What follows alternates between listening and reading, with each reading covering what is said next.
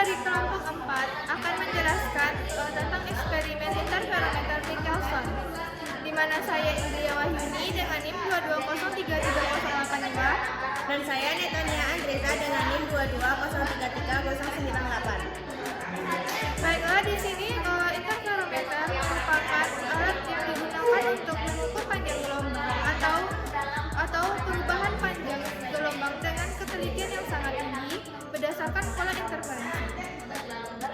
Terjadinya interferensi cahaya disebabkan karena perbedaan lintasan dari dua berkas cahaya yang berinteraksi sehingga membentuk pola gelap dan terang silih berganti yang disebut dengan fringe atau jumbai interferensi.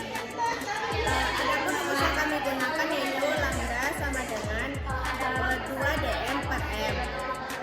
Tujuan dari eksperimen interferometer Michelson ada 3. Yang pertama yaitu menjelaskan proses terjadinya interferensi cahaya pada alat interferometer Michelson. Lalu yang kedua menjelaskan hubungan antara panjang gelombang cahaya yang berinterferensi dengan banyak tinggi atau jumbai. Lalu yang terakhir yang ketiga menentukan panjang gelombang cahaya laser dengan interferometer Michelson. Adapun peralatan yang digunakan untuk melakukan eksperimen ini yaitu satu set peralatan interferometer Michelson dengan komponen-komponen. Yang pertama ada 2 buah cermin datar M1 dan M2, dan ada band splitter dan ada mikrometer untuk menghitung nanti berapa banyak jumbai. Kemudian ada satu buah lensa yang jarak fokusnya 18 mm dan sumber laser. Dan ada pun layar kotak berupa kertas putih untuk layar cahayanya nanti. Baiklah, selanjutnya kita akan melakukan eksperimen. Yang pertama yaitu pastikan semua komponen telah tertata sesuai dengan prosedur eksperimen dan pastikan semua alat terhubung ke arus AC. Selanjutnya kita akan melakukan eksperimen. Untuk yang pertama yaitu tempatkan sumber cahaya laser di depan interferometer Michelson pada jarak kurang lebih 15 cm. Lalu hubungkan sumber laser dengan arus AC 220 volt. Lalu selanjutnya atur posisi band splitter sedemikian rupa sehingga cermin M2 band splitter sesungguh. Dan kemudian band splitter diputar sehingga membentuk sudut 45 derajat pada cermin M1 dan M2. Jika sudah sesungguh, maka dua titik cahaya yang berasal dari cermin M1 dan M2 akan dipantulkan dan ditransmisikan oleh band splitter di satu titik layar. Ini band splitter, atur dia menjadi 45 derajat. Setelah itu,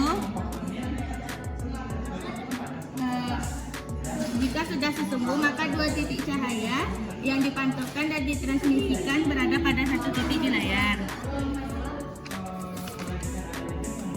Seandainya sinar laser yang dipantulkan dan ditransmisikan oleh band splitter tidak menyatu pada layar, putarlah skrup yang ada pada cermin tetap sehingga dua titik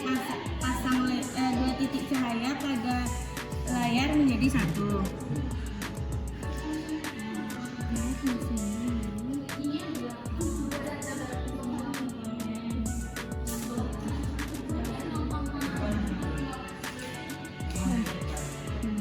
Jika sudah menyatu, maka pasang lensa positif yang jarak fokusnya 18 mm pada kedudukan lensa yang berada pada pola interferensi berbentuk lingkaran cahaya terang dan gelap yang merupakan fringe jumbai interferensi pada layar. Pasang di depan lensa.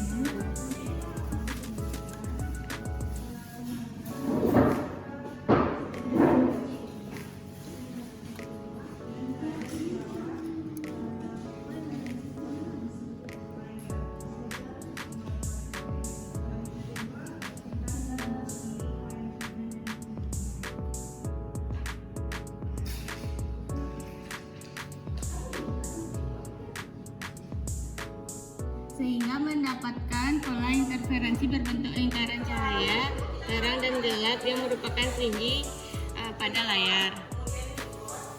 Nah, seperti ini.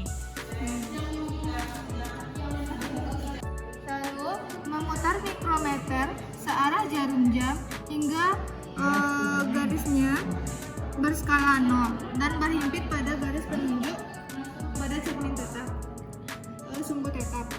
Kemudian menentukan posisi patokan pada salah satu jumlah pola interferensi yang terbentuk pada layar. Di sini kami mengambil 20 jumlahnya 20, yaitu M sama dengan 20, dan kita memutar berlawanan arah jarum jam sehingga mendapatkan jarak pergeseran cermin tersebut. Itu 1, 2, 3, 4, 5, 6, 7, 8, 9, 10, 11, 12, 13, 14, 15, 16, 17, 18, 19, 20. Kita didapatkan jarak pergeseran cermin pada garis penunjuk ini yaitu 6,5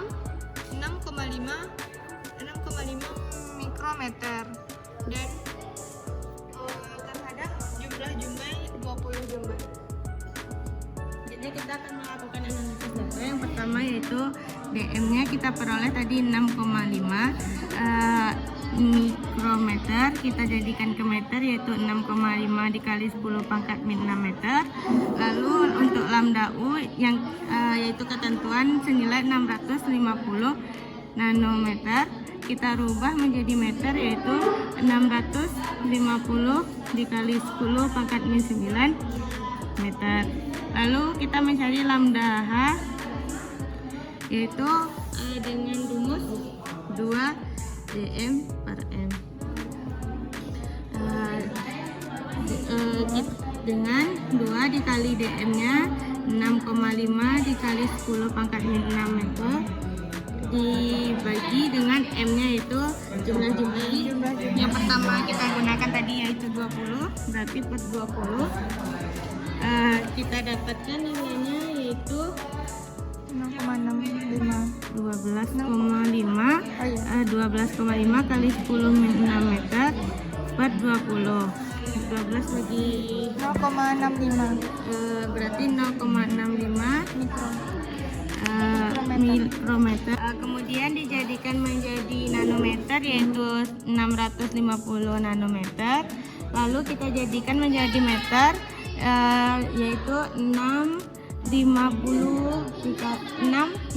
dikali 10 pangkat min 9 meter. Lalu kita mencari persen KSR lambda dengan rumus delta lambda H dikurang lambda U per lambda H dikali 100%. Lambda H yang kita peroleh tadi yaitu 650 dikali 10 min 9 meter dikurang 650 dikali 10 min 9 meter dibagi 650 dikali 10 min 9 meter dikali 100%. Maka didapatkan hasilnya 0%. Jadi persentase kesalahan pada data pertama yaitu 0%. Pada percobaan kali ini kami melakukan percobaan sebanyak 3 kali percobaan dan didapatkan datanya 6,5, 6,4 dan 6,5. Lalu lambda yang diperoleh dari analisis ketiga data yang telah kami olah tersebut yaitu sebanyak 650 nanometer, 640 nanometer dan 650 nanometer. Lalu persentase kesalahan dari masing-masing data untuk data yang pertama yaitu 0% dengan DM-nya 6,5, dan untuk data kedua yaitu dengan DM 6,4 kita memperoleh KSR sebanyak 1,5%. Lalu selanjutnya dengan DM 6,5 kita memperoleh persen KSR-nya yaitu 0%.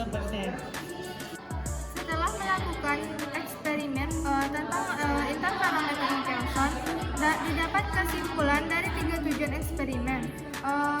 Dengan tujuan pertama menjelaskan proses terjadinya interferensi cahaya pada alat interferometer Michelson, di mana kesimpulannya interferensi cahaya dapat terjadi akibat dua berkas cahaya yang koheren bertemu pada satu titik. Pada alat interferometer Michelson, cahaya melewati lensa positif yang berjarak 18 mm menuju beam splitter. Kemudian dari beam splitter dapat dipantulkan ke cermin M1 dan ditransmisikan ke cermin M2. Lalu dari cermin M1 dan M2 akan memantulkan kembali cahaya ke beam splitter. Lalu kedua cahaya bersatu menuju layar. Untuk kesimpulan yang kedua, dengan tujuan menjelaskan hubungan antara panjang gelombang cahaya yang berinterferensi dengan banyak fringe atau jumbai. Kesimpulannya, antara panjang gelombang cahaya yang berinterferensi dengan banyak fringe secara bersamaan memiliki hubungan berbanding terbalik, yaitu panjang gelombang sama dengan 2 dm per m, di mana jumlah jumbai. Di mana semakin banyak jumlah jumbai atau fringe, maka semakin kecil panjang gelombang. Namun, secara percobaan yang telah kami lakukan dan perhitungan, tidak ada pengaruh jumlah jumbai terhadap panjang gelombang. Namun, jumlah berpengaruh terhadap jarak pergeseran cermin, di mana semakin banyak jumlah jumbai, maka jarak pergeseran cermin juga akan semakin besar. Untuk kesimpulan ketiga, dengan tujuan menentukan panjang gelombang cahaya laser dan interferometer, di mana panjang gelombang cahaya laser dan dengan interferometer yang telah kami dapatkan untuk jumlah jumbai 20 berkisar panjang gelombangnya antara 600 sampai 700 nanometer, dan untuk jumlah jumbai 40 berkisar antara 650 hingga 700 nanometer, dengan persentase kesalahannya antara 0 sampai 8,3%. Dan hubungan yang didapatkan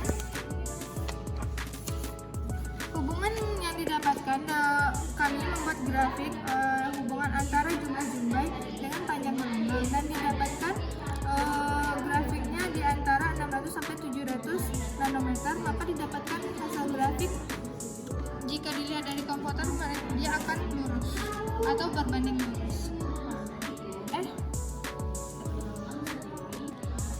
Dan di sini didapatkan grafik hubungan antara jumlah jumbai dengan panjang gelombang, di mana jaraknya berkisar 600 sampai 700 nanometer. Di sini merupakan hubungan yang tidak berbanding lurus dan tidak berbanding terbalik. Sekian penjelasan eksperimen kami tentang interferometer Michelson. Kami kelompok 4, mohon maaf bila ada kesalahan.